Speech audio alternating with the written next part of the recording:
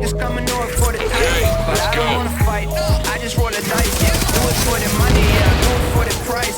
Take it like a man, no. I don't take advice. Putting money on the table like a Russian with the spice. We just go no, no, no, no. You just can't come close, come close. Got it for the low, low, low, low. Waited for the 6, but it's going slow-mo. Yeah.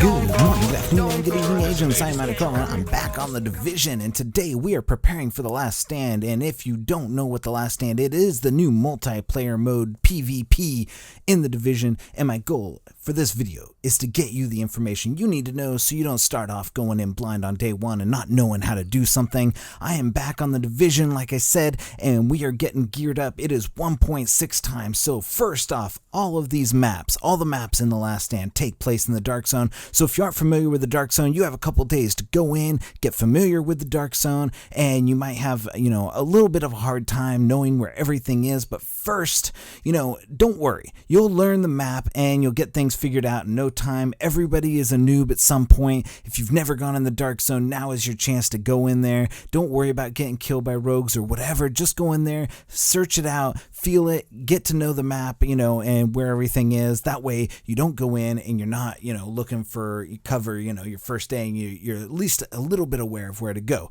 So when you start out, there are going to be 3 stations that need to be activated with 3 turrets and a pulse beacon. This is your base, and having everything activated is a huge benefit to you. The 3 stations are your points, and there will be A, B, and C, or 1, 2, and 3, and when all 3 are activated, you get a forward spawn relay turned on, letting you spawn near B instead of at the back of your base in the original spawn. Activating these are worth 50 points, turrets are worth 250 points, and your pulse beacon is worth 250 points. So your reward for this game type is based on how many points you score. You want to run around and try to get these whenever you can. At one point, I was running behind an enemy. He was deactivating, I was activating, and we just ran around in circles and just did that for like 20 minutes. I ended up having one of the highest scores I ever had. You don't want to do that because you want to go ahead and kill that guy eventually, but it just so happened I didn't see him because the pulse beacon wasn't activated, so I couldn't find him. So it just happened to be we were just running around. It doesn't matter though. You want to go ahead, activate those. The turrets and the pulse beacon, they require shade tech to activate, and that comes from enemies dropping it when they're killed and ground boxes. Killing enemies grants you shade tech, and you need this to activate those turrets. Don't worry, there will be plenty of enemies at each point to go ahead and kill at the very start. Just pick up the points. You get points for picking up shade tech when you kill an enemy, so your team can activate those points, either you or somebody else, preferably you because you get points for it. So you get points for picking up the shade tech, points for activating the turret. But just go ahead, if somebody's already at a point, just run to the next available thing to activate. Shade tech is also used to activate the bonuses midway through the game. You need 2,000 of these shade tech points to activate the bonus, so collect and save them when you can. Now, there are 2 ways to play the game, and not everyone can play it one way or the other. If you are terrible at PvP, I would suggest you do 2 strategies. Number 1, stay with your group and help focus fire at points, stay at the back, also become the PvE guy. The PvE guy runs around and clears the landmarks and kills roaming patrols, gathering up tons of points, tons of shade tech, and getting those hoarder points. It is hugely useful, and you can get the top rewards in the game just by doing this. You don't need to actively participate in PvP to do it. If you choose the support role, make sure you stick with at least 2 other players, as lone wolves in this game rarely last long against other squads, and that just means more points for the other team because they're going to pick you off. You're going to be a sitting target. Even the best players are no match against a 4v1. It is just the way it is. So if you're doing a support role and you want to go up to the front and do PvP as opposed to running around being the PvE guy, then that's what you should do. Let me tell you, the PvE guy, he is very undervalued. A lot of players don't do that role because they think it's a PvP match, and so they just stick with the PvP, and then when those bonuses come on, the other team starts changing the game because those are, getting double points is huge. You can actually catch up if you have the double points and they don't. Now, the PvE guy has a secondary role, and that is protecting the base. So if you're back there doing the PvE stuff, you want to protect the base because the landmarks are fairly close. So normally 1 or 2 enemies will try and sneak down and try and cap your home points, giving them an advantage in that your team will no longer have a spawn relay. When you hear that a fortification is under fire, you'll hear that from the announcer. You'll be like, a fortification is under fire.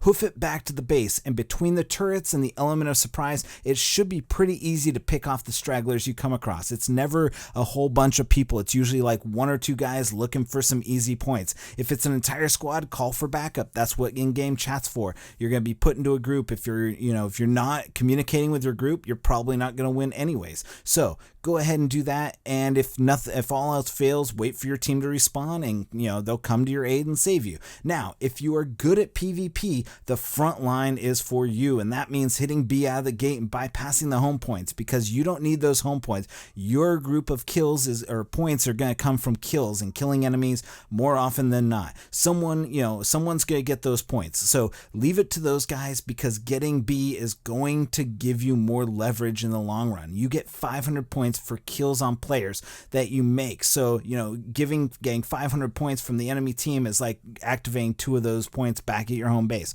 So run to B, actively engage in PvP right off the bat with your team. Stay with your team. Focus fire with your team. It's going to be very easy if you're sticking with other people and not running off ahead. That means just, waiting up, maybe doing that. But, getting 500 points for the kills, that you make, plus, that's going to be your main source of income. Plus you get the finisher kill if you finish off a guy. So downing him gets you 500 points, finishing gets you another set points.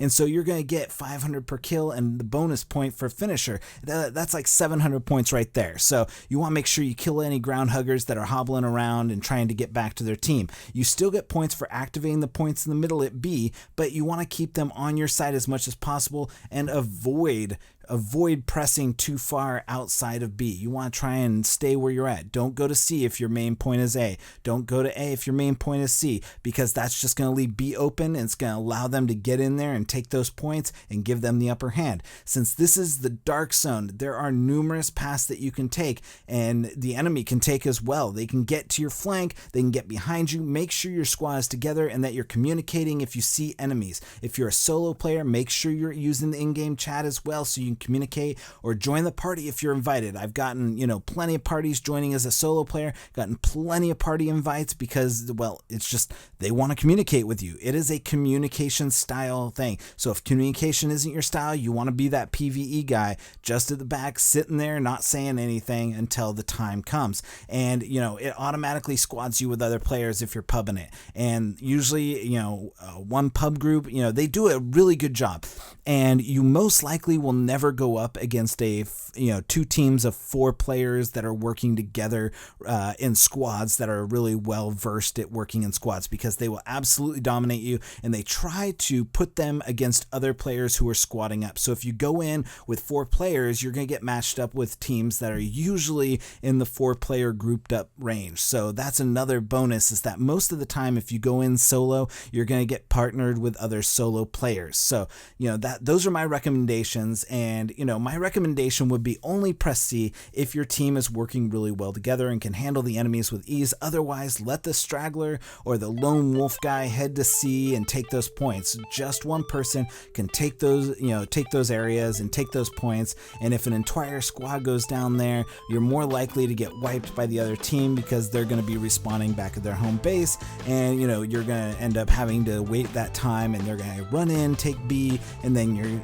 next thing you know, you're down points. So that's pretty much the gist of things for the last stand. You get a ton of caches from doing this, and you'll have no shortage of gear from this event. It's very important to notice that last stand caches do have a small chance of producing an exotic reward. Just like, when you open up a Dark Zone cache or one of those sealed caches from the Dark Zone, and it gives you that bonus thing, that happens with the last stand caches, and you get exotic caches or exotic rewards from it. So open those up. Don't save onto them, just open them up. So that's my time. I'm pretty excited for the last stand, which releases on Tuesday. Hopefully I'll have plenty of open spaces for you guys to roll with Infamous and myself in a group. So look for us on Xbox, but that is my time. If you enjoyed this video, drop a like on it, subscribe for more content involving the Last Stand in 1.6. If you're on Xbox, hit us up at Mountie Squad. Just do a search for Mountie Squad, MOUTIE Squad. And if you don't know how to spell squad, SQUAD. So go ahead and join us there. We'll be sending out, looking for groups and stuff like that when we got a space open. So for all of us here at the Division Let's Talk, I'm Mountie Curl, and we'll see you in The Last Stand when it comes out on Tuesday. Agent out.